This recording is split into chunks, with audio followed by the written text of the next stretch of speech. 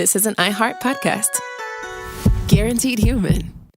With no fees or minimums on checking accounts, it's no wonder that Capital One Bank Guy is so passionate about banking with Capital One. If he were here, he wouldn't just tell you about no fees or minimums. He'd also tell you about how Capital One cafes are open 7 days a week to assist with your banking needs. Yep, even on weekends. It's pretty much all he talks about, in a good way. What's in your wallet? Terms apply. See CapitalOne.com/bankguy. Capital One N.A., member FDIC.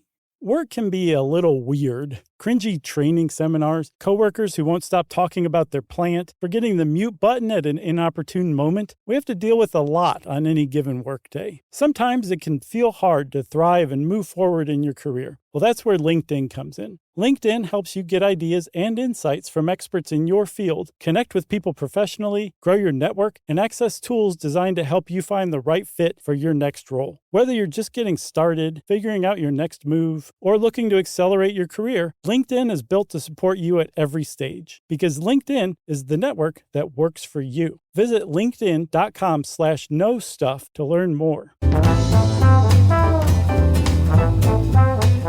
Hey, and welcome to The Short Stuff. I'm Josh, and there's Chuck, and it's just us right now, but that's okay because we have a third and fourth man with us today in the form of Jerry and Dave. That's right. I sense their presence. I do too.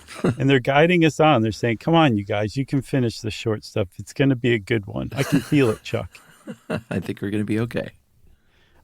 We just demonstrated a really weird phenomenon pretty well, if you ask me. I think we did a great job just now. Everyone's saying so. But we just demonstrated this weird phenomenon called the third man syndrome. There's an author named John Geiger who, for some reason, changed syndrome to factor, but that's typically what it's called, is third man syndrome. And like I said, it's weird, Chuck. Take it away. Yeah, it has nothing to do with the movie The Third Man. Which was good. Great movie. And immediately when you sent this along and I saw the title, I thought it might have something to do with that. And it doesn't have to be a man. It really should be the third person syndrome. Sure. But it is this phenomenon that has been, talked about by many people over hundreds of years, where someone is in dire straits. Oftentimes it's like somebody sort of like a mountaineer or somebody in the wilderness that's lost and struggling to survive, but not always, as we'll see. And when they're at their sort of worst moment, maybe worst low point, they get a sense that someone else is there. And again, it's not always the third person. If they're alone, it's just technically the second person. Sure. But it's just somebody there kind of urging them on. But it's not just like, oh, I got this weird feeling. Like it's a real serious, tangible thing. Yeah, like whatever sense you have when there's somebody sitting next to you and there is a person sitting next to you, it seems to be the exact same type of feeling and level of feeling and all that. Yeah, it's not like this weird kind of like thought a little bit here or there. It's like sensing another presence. And the first person to ever really kind of document this was Ernest Shackleton. Surely he was not the first person to experience this, but he was the first person to write about it. And his experience is just nuts in and of itself. Yeah, we talked about this guy before. It was a British expedition to Antarctica in 1914/15, trying to get to the South Pole. It was his third try, and he's trying to establish a base there. And his ship got trapped in sea ice. They tried to kind of ride it out, but eventually the ice kind of came together. And I mean, this just shows how forceful like creeping ice can be. It kind of crushed the boat.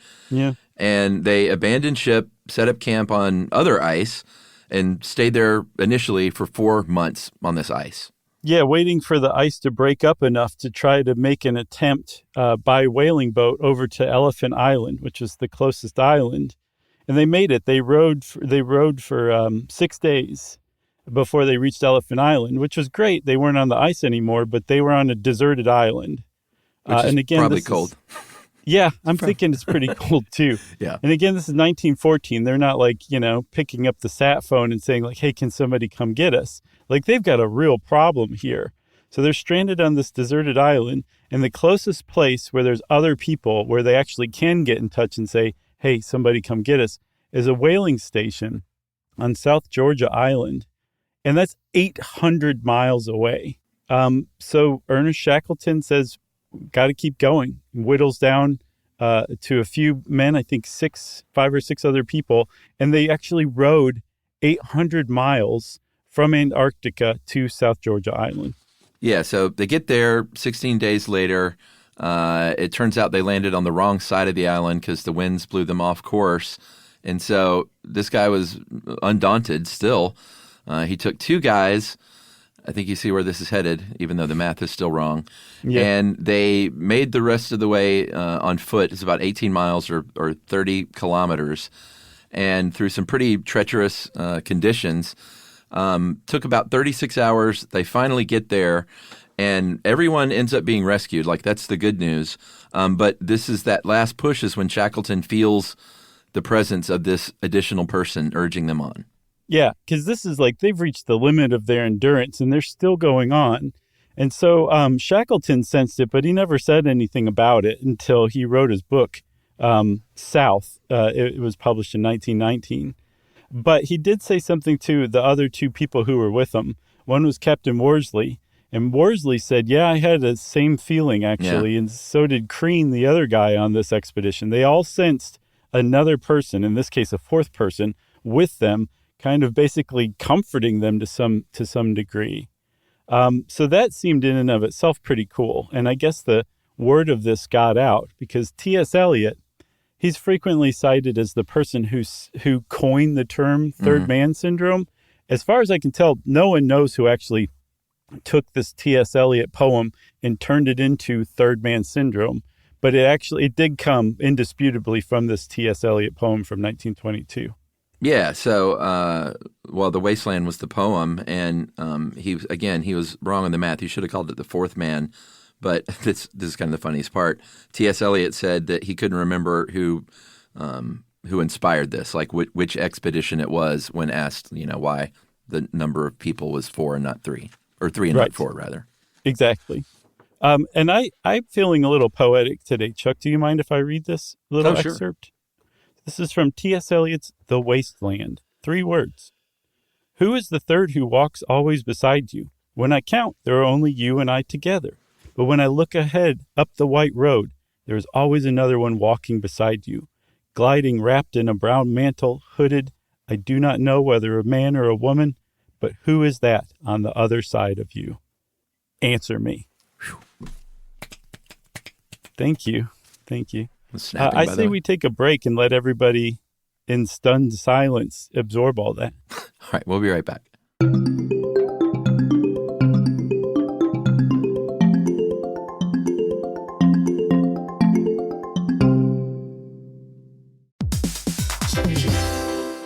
Hey, everybody, we're here to talk to you about Wayfair, who believes that spaces should be functional, they should be comfortable, they should be well-designed, and they can be well-designed by you with their help. Your updated space should feel more comfortable, inviting, and practical for everyday use. And we're talking about outdoor seating. We're talking about grills. We're talking about major appliances. If you need storage solutions, Wayfair can help you out. Patio lighting, rugs, decor. It is your one-stop shop for home. Yeah. I mean, it's getting nice out, so it's time to think about living outdoors for the next few months. And Wayfair knows that outdoor furniture, it's heavy, it's intimidating to assemble. So Wayfair has stepped in and said, we're going to handle the hard part so you don't have to. That's right. You can shop Wayfair Verified, your shortcut to the good stuff. And that means their team of product specialists are going to vet everything by hand using a 10-point inspection, testing things like, quality materials, functionality and features, and even how long it takes to build that piece of furniture. And the overall experience save time, reduce hassle, and improved convenience. Patio season is here, and these deals won't last. So head to wayfair.com right now to get your outdoor space ready for way less. That's WAYFAIR.com. Wayfair, every style, every home. Hey everybody, when you're at work, you never know when you're going to get interrupted, like when an office fire drill happens right in the middle of your presentation, or maybe construction is going on just outside your window. But with the Dell Pro laptop powered by Intel Core Ultra with vPro, no matter how many interruptions you have, your laptop won't be one of them. Yeah, with the battery that's optimized for the way you work and built-in intelligence that quiets distractions the moment you're trying to focus, your tech won't slow you down, even when you're getting bounced from an office you forgot to reserve. The Dell Pro, built for those who stay in the flow. Find technology built the way you work at Dell.com/Dell-Pro. Built for you.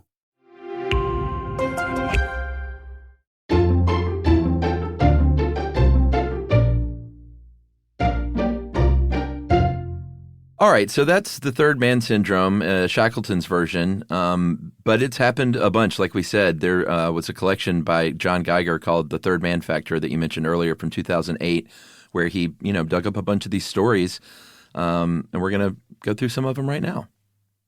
Yeah, I mean, it's quite a feat that he got all these together because they were definitely few and far between. One of the first ones that he mentions is a guy named Frank Smythe, who made a solo attempt to summit Everest. He would have been the first back in 1933. And he got close, but he didn't make it, and he realized he had to turn back. And his second man during this attempt was so real to him that at one point he actually turned to offer them food before he realized that there was no one there. So, this can be a pretty tangible presence, a tangible, intangible presence, essentially.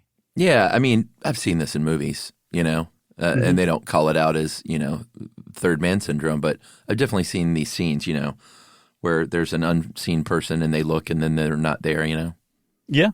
But in a comforting way, not like, I was going to spoil that Nicole Kidman movie, but I guess I won't do that. Right. Not in a horror movie kind of way. No, for sure. But there was another guy, a climber, again, named Joe Simpson. This was 1985. He was climbing in the Peruvian Andes, and he broke his leg, so he was in really bad shape. And he wrote a book called Touching the Void where he talked about obeying this voice, like guiding him. And a lot of times that's what happens. It's not just like, you can do it, but like go this way kind of thing.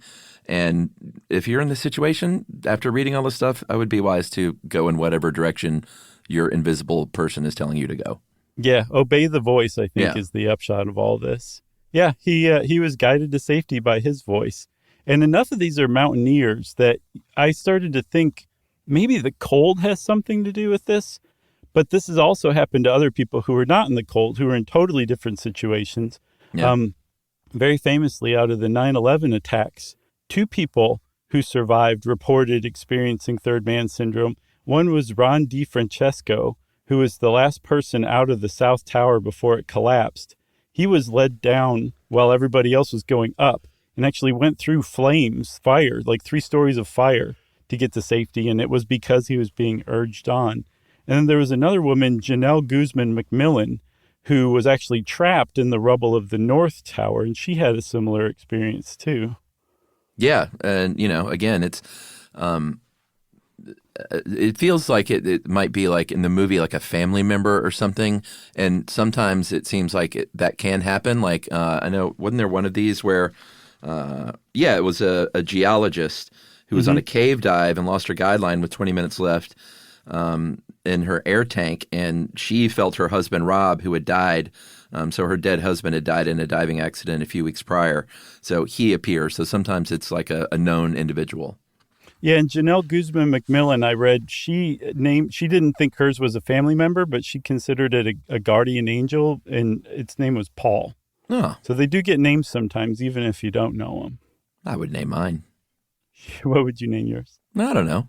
It depends. I think it would hit me in the moment, but it seems like the respectful thing to do and not just say, hey, you, thanks for all that. Right. Yeah. And just a little word of advice. If you can't come up with a name, just go with Tim. Tim? That's pretty good. Scientifically, I mean, you might be wondering, like, well, what's happening here? And no one really knows. It's kind of one of those things where they think it may be some like hardwired innate instinct that just kind of kicks in. Obviously you can't study something like this. And if it is hardwired, we may all have it, but luckily most of us aren't ever in that situation, Right. Like you not only have to be in this limit of your endurance life or death situation, you also have to survive it to come back and tell everybody about it too. So you would imagine like this is a pretty small population of people, right? I mean, clearly just from the few stories that John Geiger was able to collect. Did you see the thing about the bicameral mind No. theory?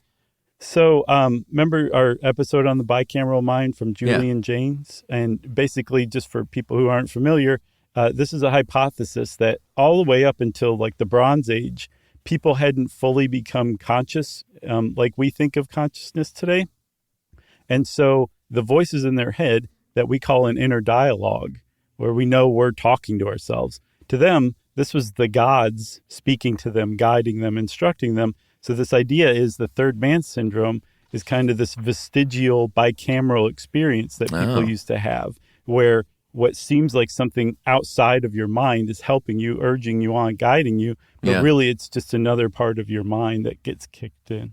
Yeah, I love it, which kind of jives with the first theory anyway. It's not like that doesn't cancel it out, right? No, there's no canceling going on here. Yeah, good. You got anything else? Nothing else. Hopefully this instinct is within all of us, because I wouldn't mind a pal urging me on in the end. For sure, yes, but hopefully no one listening ever has to experience it, because it sounds like it's pretty rough to get there. Agreed. Short Stuff is out. Stuff You Should Know is a production of iHeartRadio. For more podcasts from iHeartRadio, visit the iHeartRadio app, Apple Podcasts, or wherever you listen to your favorite shows.